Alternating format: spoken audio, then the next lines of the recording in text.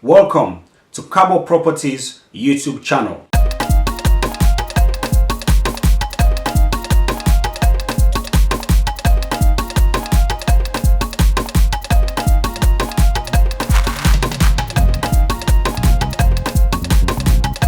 Kushe Cabo, hello.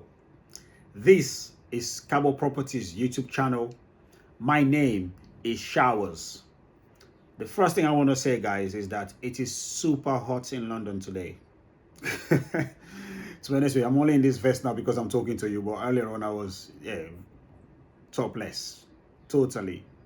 But I thought, okay, I'm going to talk to you guys. I can't go topless here, and I was too lazy to go look for my vest, so this was closer to me. I just put it on because I was at the gym earlier on and I used this at the gym. So yeah, so I have it on to talk to you guys. But it's super hot. I don't know if you can see. Sweat. See, I'm inside though, and if you can hear the background, there's the aircon blowing as well. I got a little aircon down there. I put it on. I don't know if you can hear this sound. And the windows are open really wide. I got big windows, like really huge here. Anyway, that's not what I want to talk to you about really. What I want to talk to you about is about this great news regarding the bridge, Lungi Bridge. You know when they say Ibima, that's what this is. Anyway, please don't forget to subscribe though before I bring you this one. Hit the subscribe button, guys. Yeah, hit the subscribe button, click like, and let's go. Let me read you this information that I just found out. But I don't know what you guys think. I don't know how you feel about this, but this sounds like a brilliant news to me. I'm not going to bore you. Let me read what I've seen, and then I'll tell you my thoughts around it afterwards. And of course, I'll love you to say what you think as well. Drop your comment in the comment section. Let us share ideas and let's talk about it. Yeah. Meanwhile, don't forget, Mpox is still live. It's still alive in Sierra Leone. So don't forget to look after yourselves, guys. Please do that. Look after yourselves. Protect yourselves. All right. It's still alive down there. Anyway, let me read it here. So I'm going to look down on my tablet because I got this one off the US Embassy. And I'm looking forward to what the government of Sierra Leone is going to say as well regarding this one. So this is what it says here from the US Embassy. It says, Ambassador Hunt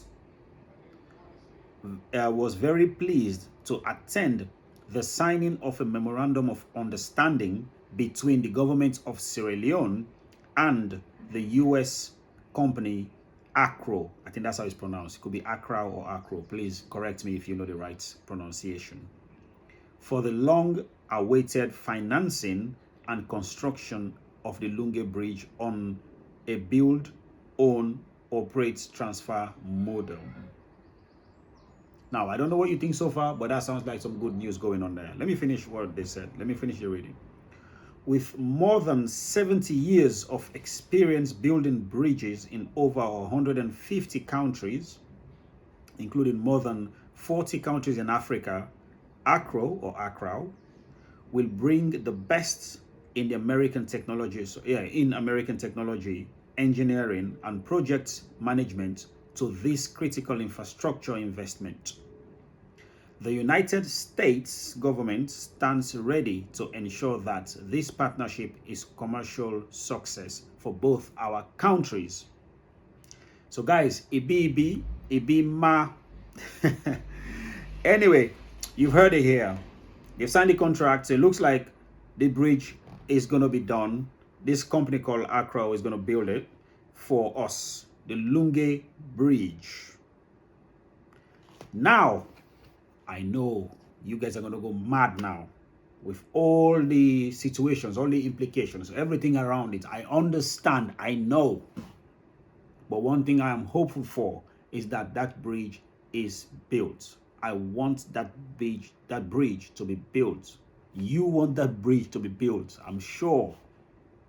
Of course, our great-grandchildren are going to be paying for it. It's not free. We are going to pay the price for that.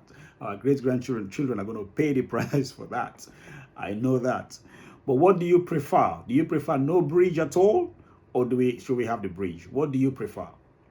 Personally, what I would say in terms of economy and stuff, what maybe might be slightly cheaper and better is to have ferries, brand new ferries. We could spend, say, I don't know, something like, say, even if we spend $2 million dollars on a ferry, or even $5 million on a ferry, yeah, one ferry. We build the jetties properly, 5, and we buy what, like 4 ferries. Those will work. Proper big ferries, not those tinky ones, not those little ones. Proper big ferries like what we have here in Dover, or if you go to Portsmouth, what they have in Portsmouth. Yeah, Portsmouth, they have good ferries that are crossover to France, etc. Same thing in Dover, I've used them as well. Those ones are huge. They take big trailers like trucks, etc. And they take people, whatever, easy. We can have those, even if we spend 5, even if we say 10 million on one each, and we buy like 4, we can have one that goes to Government Wharf, one that goes to Kisi Terminal, another one that goes all the way to Aberdeen or Freetown, another one that goes all the way dead east to Waterloo, those ends. We could have those. Those are cheaper. However, they are still ferries. You still have to move them back and forth, back and forth. With the bridge, obviously that's permanent. You can just come and drive over the bridge and go your way. You don't have to wait for ferry. So the bridge might be more convenient, but of course much more expensive, which is going to cost our great-grandchildren to be paying money to America. America is slowly owning our country, guys. That's what's happening. So I'm just saying it now because I know that's what you guys are going to be talking about, saying it. But I just want to let you know now. They own the airports. We're paying taxes for that. So which means prices, ticket fares are expensive. Whatever, traveling to Australia is slightly expensive because of that. Now they're going to build the bridge. Of course, we're going to pay for that. I'm sure we're going to pay toll, blah, blah, blah. The only thing I'm praying for is that the toll is not too expensive. That's all I'm praying for. We don't want to be paying another $20, $30, $40 to cross over the bridge, because that's not going to help the locals in particular. So I'm hoping that it could be between, I don't know, 5 leons, 10 leons, 20 leons kind of thing. I don't know, but something like that. That will be much better, because I think the ones to cross that goes up country, those toll roads, I think the last time I crossed with them is about 5,000 per thing, but I think it was increased now anyway. I think you need about 10, 15,000, 20,000 leons, so 10 leons, 20 leons kind of thing to cross it. So I'm hoping they will do the same for this bridge, and hoping it get built as well, because obviously, they will talk about it, and then when it comes to actually delivering, it becomes an issue. But this government said they are delivering, so let's hope. Fingers crossed, guys. Like I said, I know you guys will complain, I understand, but I want that bridge to be built. I'm sorry, I know we are great-grandchildren are going to pay for it, but believe me, I'd rather the bridge is there, built properly, last us God knows how many years, and we pay the price, than there's no bridge. Another thing I would say is, if we can get our engineers to be part of that, part of the planning, like to draw the bridge, the planning, and also part of the building it, employ them, teach them how to maintain it as well, because that's the key thing about us in Sierra Leone. Maintenance culture is the problem there. Even with us building properties, etc., maintenance culture is what we have issues with. So people need to train people on how to maintain that bridge, so that it lasts us for millions of years, so that our grandchildren are not just going to be paying those bills and those taxes for nothing. Because if we don't maintain it, it breaks down, of course, they're going to be still paying the money for something we're not even using. So let's pray that, first of all, this agreement they've signed actually happen. They build the bridge. Let's also have, let's pray that the taxes are not high, so that locals can use it to help with business. Let's hope that they get our people to be part of the journey, our engineers to be part of the journey, from drawing of the plans to the implementation to building the bridge, train them how to maintain it. Because I'm sure this is going to bring lots of employment. So let's pray that it goes well, people get employed, and then we have something so that we can just cross over, man. If you don't know how fed up I am to just go and start waiting for ferry, etc., when we can just drive, that will help. Just to drive from Lungi to Freetown, Freetown to Lungi, it will help in so many ways. Time, you don't have to rush now to go to Lungi to say, oh, I have to catch a flight at 7, so I have to leave my house at 12 in the afternoon. No, You can just leave your house, I don't know, 5 o'clock and drive 2 hours here in Lungi or wherever that time is. You don't have to rush. Also, businesses, people over Lungi will come over to Freetown to do business, to work. Freetown people will go to Lungi to work. People in, what's it called, Putloko, etc., all those places can easily get to Freetown. And also there's another route to go to Putloko, isn't it? So, personally, I think it's good news. Let's hope and pray that it goes ahead.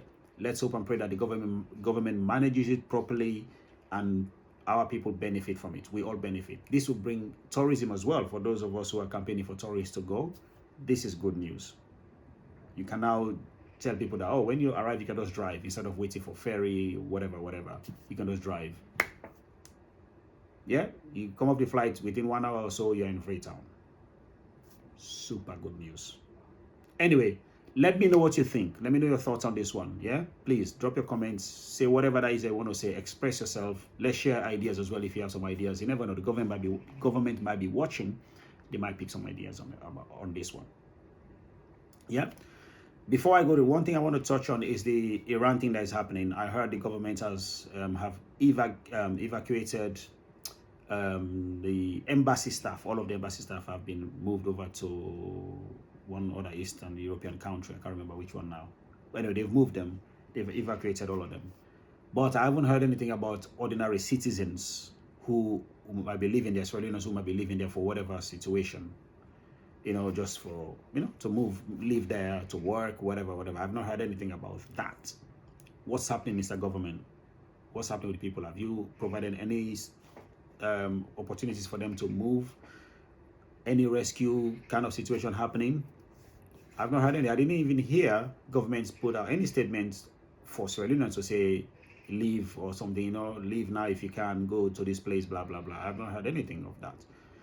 So it's good that they've moved the embassy staff, but they need to also focus now on the ordinary Israelis who are living there. Check on them if you know where they are. I know, of course, some of them are not registered with the government, but just put out the information to see you can reach us on this number. Put out a number to see you can reach us on this number if you need help. The embassy has moved to this location, to this country.